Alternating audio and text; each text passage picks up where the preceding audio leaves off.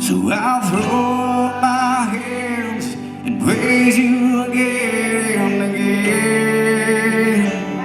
'Cause all that I have is an hallelujah, hallelujah. And I know it's not much, but I'm nothing else fit for a king. So here we have two religious dudes, a priest, a Levite. This man's naked and hurt. What do? They walk around him. They walk around him.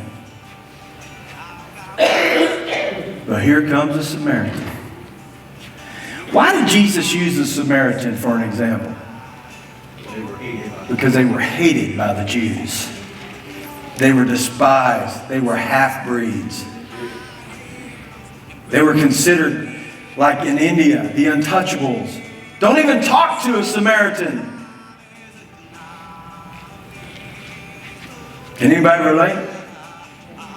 I know I sure enough can. That's a great place to be, knowing that I'll be persecuted for His sake.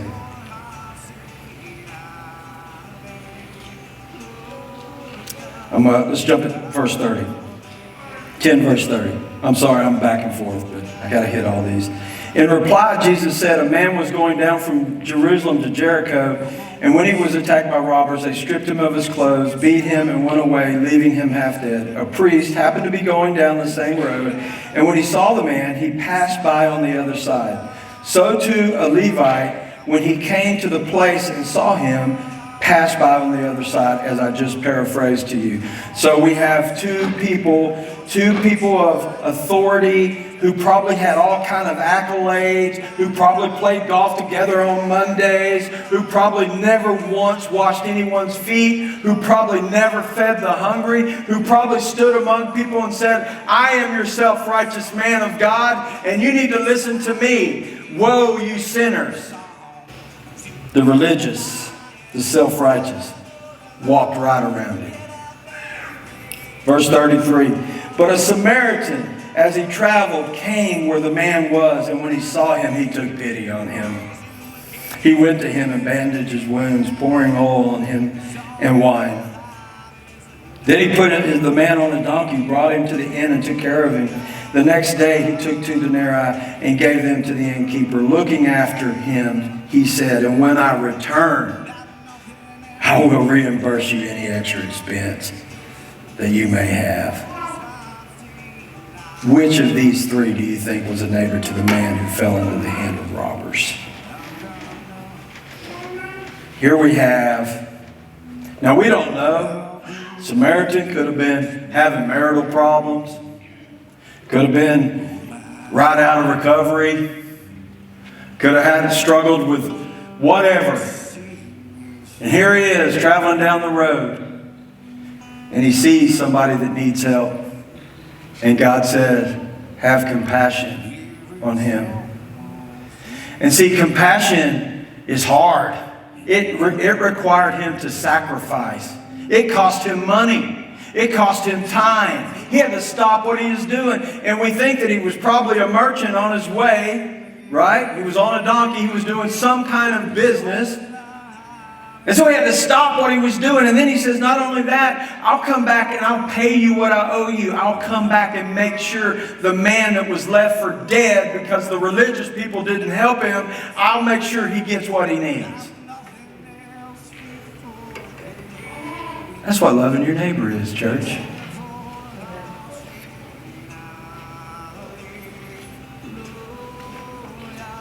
The kind of love he offers is the kind that hurts, costs, and inconveniences. I was reminded a while ago as I was talking about being inconvenienced. I was on the way to a meeting one time, and there was a homeless guy. And I'm driving up, and he had a sign, I'm hungry. And he looked pretty, it was cold, rainy, it was like kind of like it is now.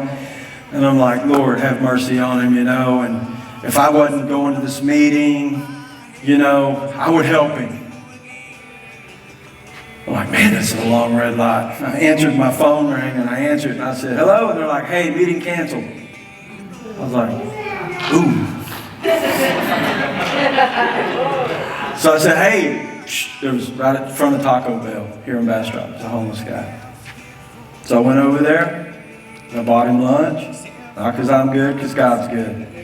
Shared the gospel with him. He asked if I had a Bible. I said, I sure do. He said, my wife is off in the woods. Would you mind feeding her too? I said, bring her up. He hugged me, and here's what he said. I haven't hugged anyone in years. Do you mind if I just hold on? See, for a moment, it was an inconvenience. I had bigger and better things to do that were more righteous than stopping what I was going to do and going over and taking care of somebody that really needed help. But see, in the back of my mind, I'm like, well, what's he got a car around the corner? That's the biggest lie. I don't care. I've been working with the homeless a long time. I never knew one that had a Rolls Royce around the corner, okay? I hear that stuff, I'm like, you're clueless. That's that devil. That's what he does. God says, have mercy on them. And not only so I can bless them, so I can bless you. Because when my mercy and compassion flows through you, it's going to change you. It's going to make you more like me, Billy, every day. Every day that I'll lose flesh and gain Christ. That's for all of us. Not just Billy.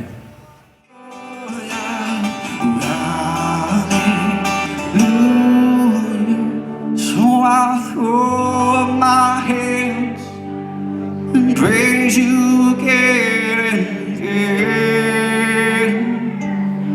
'Cause all that I have is a hallelujah, hallelujah.